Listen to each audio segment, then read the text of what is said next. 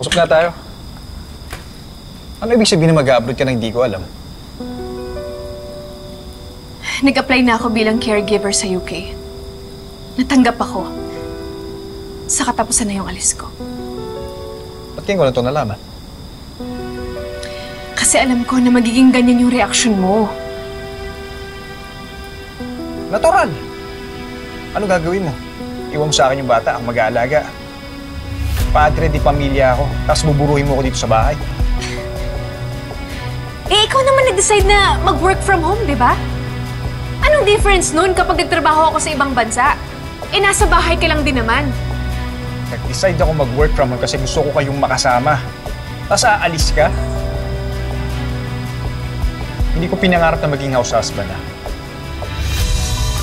Alam mo naman kailangan ko ng pera pang pa-therapy ni Papa, di ba? Ayoko naman na pati yun iasa ko pa sa'yo. Tapos si Mama, kakapanganak lang sa kapatid ko.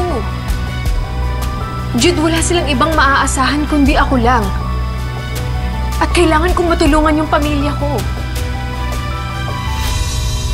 Kung mahal mo talaga ako, mauunawaan mo yung desisyon ko. Para sa pamilya naman natin to eh.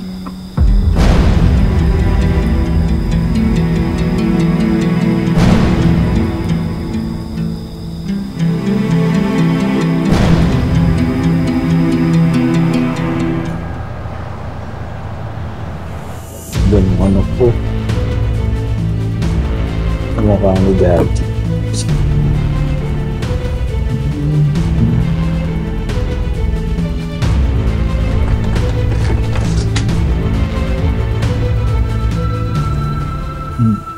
Ang swerte talaga ng anak ko sa'yo, no? Ma, kayo po pala.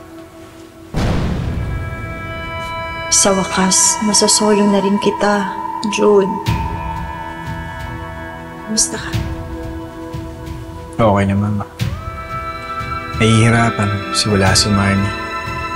Malungkot pero alam ko naman kung bakit niya ginawa yun. Kayo, ma, kamusta?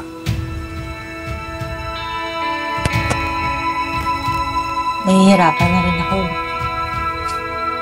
Kasi may asawa nga ako. Pero wala namang... Okay lang eh.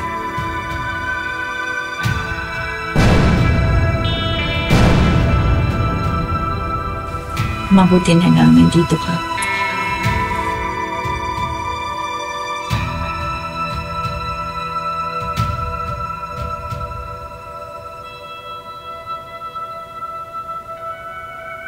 Oo, nandito tayo para sa isa't isa.